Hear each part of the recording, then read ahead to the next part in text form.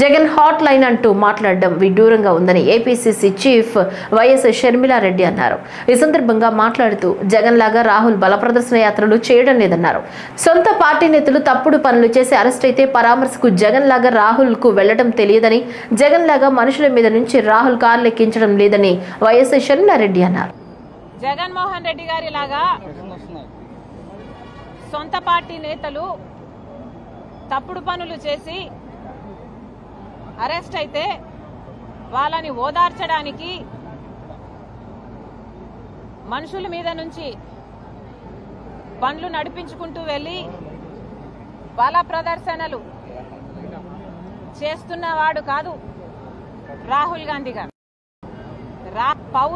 పౌరుల హక్కు కోసం కొట్లాడుతున్నవాడు. ఈ పోరాటము భారతదేశ ప్రజాస్వామ్యాన్ని కాపాడడం కోసం, భారతదేశ రాజ్యాంగాన్ని కాపాడడం కోసం ఈరోజు రాహుల్ గాంధీ గారి నాయకత్వంలో కాంగ్రెస్ పార్టీ ఈ ఉద్యమాన్ని, ఈ పోరాటాన్ని చేస్తుంది.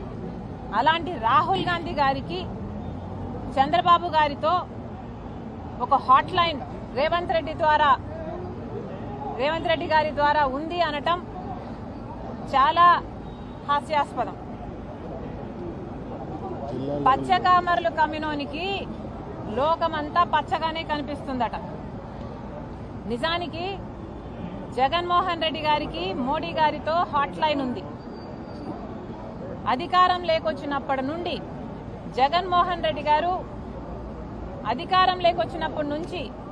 జగన్మోహన్ రెడ్డి గారు మోడీతో ఒక హాట్ లైన్ మెయింటైన్ చేస్తూనే వచ్చారు.